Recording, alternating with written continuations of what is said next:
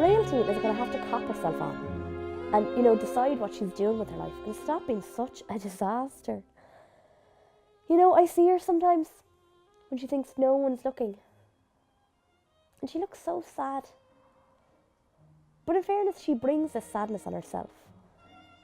Like, she's after falling in love, madly in love, she says, with this builder fella, Bobby. And she's convinced he'll leave his wife and marry her. What an idiot. Like, I swear, from what I've heard, he hasn't made a ghost of a move on her. And she's there in the house, and, you know, it's only a matter of time before he drops his hammer. And he turns to her and says, would she like to see his other tool? And she flits around in skin-tight jeans and minis and, you know, low-hanging tops, you know, to make him make a move. I don't think he will now. Not after what's happened. He's after killing his own father. God, can you imagine it though? And there was this crazy detective-looking lad, like something out of Killinascully, who came up to the house asking Realtine a bunch of questions because Bobby had been there that morning. You know, what was her relationship with him? What was he saying? Or, you know, what was his behaviour like when he was working in the house and all that? And, you know, scared the life out of poor Dylan, who thought his mammy was being taken off to jail. He even suggested that Realtine bring Dylan over to his father's, so they could bring Realtine down to the station and ask her more questions. The fuckers, I swear, madness.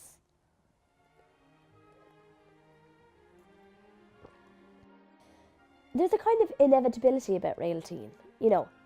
She's smack bang in the middle of any drama in her vicinity.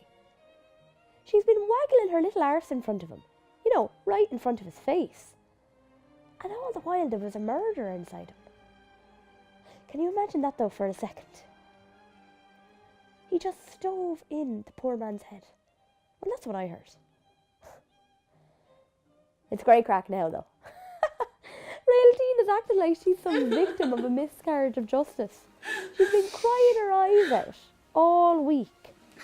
And I had to tell her, Realtine, pet, you're not his wife. You're not his mistress. You're not even his friend. Your relationship is as follows. You're a crazy single fucking mother who lives in a ghost estate and breaks things in her house so he can fix them. He's not Braveheart, I told her. And you're not Braveheart's girlfriend. Sometimes you have to be firm with Realtine. You have to tell her the truth. But it's just so typical, you know. Like I said, drama. Always about Realtine though. Somebody gets murdered. Oh, no. It's all about Realtine. She has this brilliant gift of making it all about herself. You know, she asks me how I am. By rote. She never actually wants to know.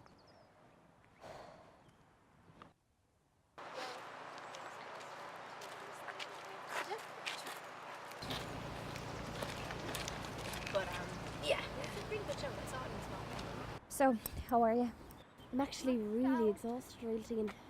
Mom is still, you know, really sick, and I had to go home dinner. I can't even go to the shop anymore without people gawking at me. It's so annoying, like with their big country mouths open. It's